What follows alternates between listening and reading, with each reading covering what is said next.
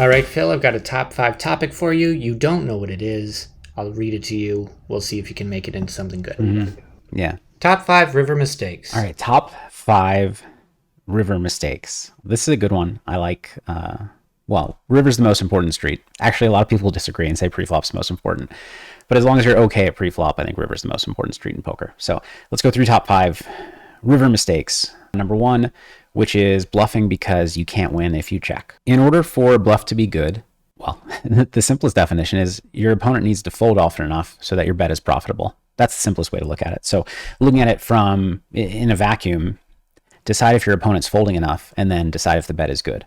If your opponent's not folding enough, it doesn't matter that you can't win if you check, because you can only lose more if you bet on average. The other thing now, if we're getting higher level and you're thinking about the way that proper strategy comes together, an optimal play, well, it really depends how often you have a hand that can't win versus how often you have a hand that is good enough to value bet. Because sometimes the hand plays out in such a way that you have a lot of misdraws, you have a lot of air. And if you bluff with all of it, you're going to be way over bluffing because you don't have as many value bets to balance that out. I think a really good example of that is something that you would only see from an amateur player, which is, let's say, button opens, we call in the big blind with 10-8 of spades, and the flop is 9-7-4 rainbow. We check call. The turn is an offsuit king. We check call.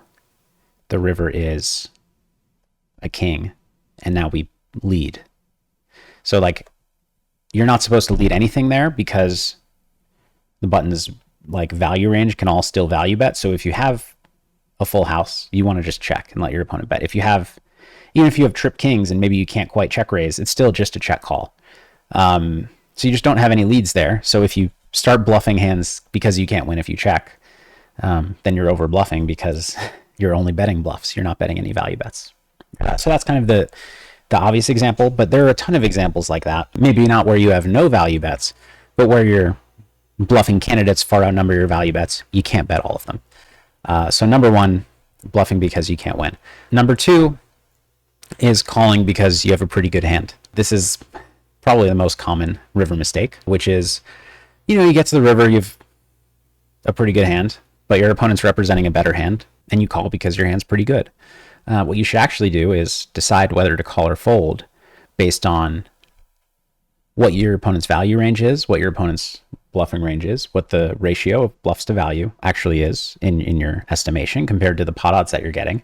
And then you factor in your blocker effects. So sometimes it is the case that you should call with more pretty good hands because a pretty good hand like top pair blocks your opponent from having a lot of value bets, like a better top pair or top and bottom pair, whatever the case may be. But the fact that you have a pretty good hand is not at all a reason to call. There are a lot of situations where, because of factors I talked about in point 1, people are going to over bluff or under bluff. And if you can identify spots where they're under bluffing and you can fold your pretty good hand, this is how you make money in poker. If you can identify spots where they're over bluffing, you can call with your pretty good hand. You can call with your pretty bad hand too. And this is also how you make money in poker. So don't just look at the board and look at your hand. You shrug your shoulders and flick in the call. I guess point 3, which is kind of cheating, don't look at a pretty bad hand and fold because your hand's pretty bad. The exact same thing I just said in point 2, but sometimes it's a spot where it's a great calling spot because people are over bluffing. And it doesn't matter if your hand is pretty good or pretty bad, as long as it beats their bluffs and they're bluffing enough. So that's kind of the quick point 3. So number 4 is betting because you think you have the best hand. Another common one. So I had this happen once where I was playing.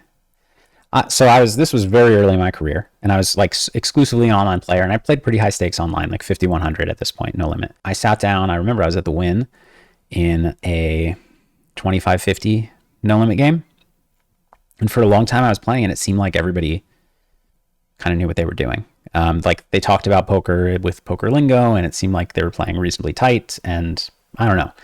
Until I got in this spot where, let's just say it was like Queen 8-5, I check called, 7, bringing 2 hearts, I check called, river, Jack of hearts, and I checked and my opponent bet. I ended up calling with a bluff catcher because I thought it doesn't matter. Once I call, my opponent turns over king queen. He's like, I guess this is no good. Like, and I didn't snap call. Like, I didn't beat him into the pot. I just took a while and then called. And he's like, I guess you got this beat. And that's when I realized he didn't actually know what he was doing in poker. Because if you have a good hand and you bet, but when they call, you expect to lose, why did you bet? What was the point of betting? Are you trying to value bet or are you trying to bluff? He was trying to do neither. He just thought, I think my queen's probably good, so I'll bet. There are a lot of times in poker where it's extremely likely that your hand is best on the river, but your opponent has so many hands that are just missed draws that need to fold, or the hand is just played out in such a way that they don't need to call many worse hands. You may have the best hand 80% of the time. You may have the best hand 90% of the time. You may have the best hand 60% of the time. And especially if it's on that lower end of the range, that's not enough reason to bet. You need to be ahead of the range that calls you. And you need to have more expected value betting than checking, which is a kind of more nuanced conversation about the expected value of check calling or the expected value of checking back, because when you bet, yes, you can get called by worse hands, but you can also get check raised by worse hands and better hands, etc. Your thought process needs to go beyond, I think I have the best hand, so I bet. And that actually, by the way, that carries through to every street. There's so much, okay, I bet flop because I have a pair. Okay, you know what? I think he probably doesn't have me beat. I'm going to bet turn again. But why? When it's like not a clear value bet, not a 3-street value bet. Anyways, so let's find number 5. All right, let's see. Another river mistake is playing your hand in the exact way that your hand wants to play. Let me explain what I mean by that. Let's say we find ourselves in a river spot where most of our value bets are flushes, but we happen to have a good top pair that we think if we bet small, it is good enough to get value with. This is an oversimplification of the spot, but I don't want to take 10 minutes to lay out a spot. But let's say, the way the hand's played out, we mostly have flushes or bluffs. But actually, we found ourselves in this spot for some reason or another with top pair, top kicker.